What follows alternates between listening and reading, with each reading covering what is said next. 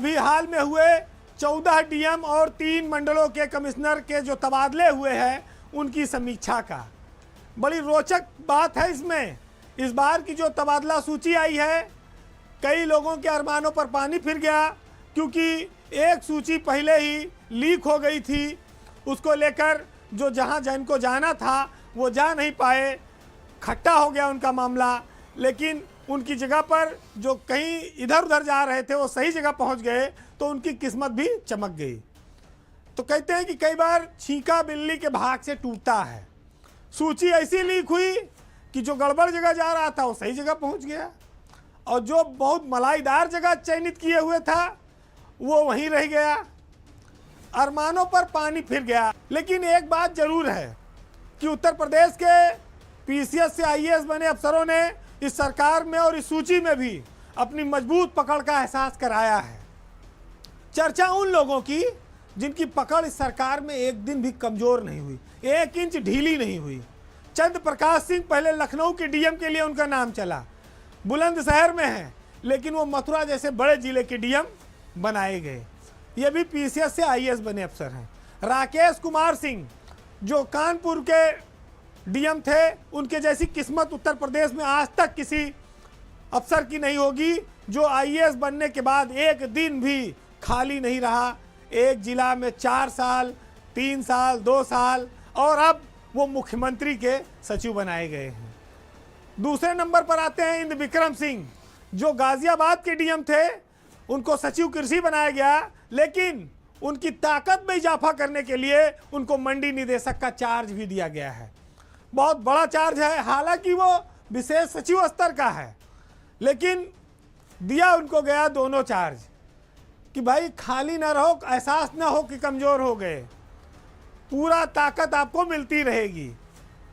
मथुरा के डीएम रहे शैलेंद्र सिंह, जिनको प्रदेश की सबसे महत्वपूर्ण कमिश्नरी मेरठ के बाद अगर कोई है तो आगरा है, उसका मंडलायुक्त बनाया गया है। ये सब नाम वो हैं जो स्टेट कैडर के लोग हैं, जिन्होंने ऐसी धाक बनाई है योगी सरकार में कि आज तक उनको कोई फेल ही नहीं कर पाया। कहाँ इनका जुगाड़ है ये भी कोई नहीं समझ पाया। लेकिन आज की तारीख में बड़े बड़े डायरेक्ट आईएएस अफसर इनसे रंज रखते हैं और वो सोचते हैं कि कहाँ से इतना सटीक इनकी व्यवस्था है। अय्यर सरकार के पसंदीदा अफसरों में शामिल हैं, बने हुए हैं। पहले एक बार उनका नाम अलीगढ़ से गाजियाबाद के लिए चला था, लेकिन बाद में फिर फिलहाल वही हुआ जो सूची में लीक हुआ था कि उनको लखनऊ का डीएम बनाया जाएगा। गाजियाबाद विशाख जी नहीं गए तो वहाँ पर दीपक मीणा चले गए, विशाख जी लखनऊ आ गए। मुख्यमंत्री के 2 विशेष सचिवों को भी इस सूची में मौका मिला है, जिसमें कुमार हर्ष को सुल्तानपुर और शशांक त्रिपाठी को बाराबंकी का डीएम बनाया गया है।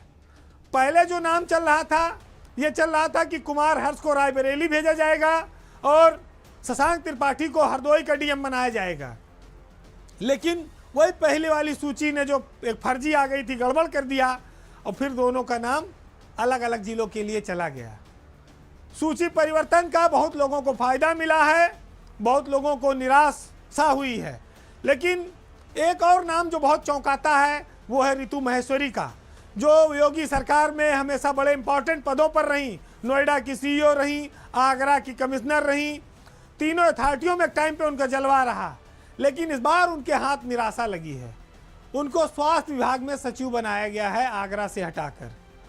तो ये उठापटक ऊपर नीचे की जो कहानी है तबादलों की, ये थोड़ी इसलिए रोचक और चटपटी हो जाती है क्योंकि कुछ अफसर इतने ताकतवर हैं कि वो चाहे प्रमोशन हो जाए लेकिन उनका बाल नहीं बांका होगा, उससे बड़ा पद पाएंगे। जैसे राकेश सिंह, उनका रिटायरमेंट है सितंबर में।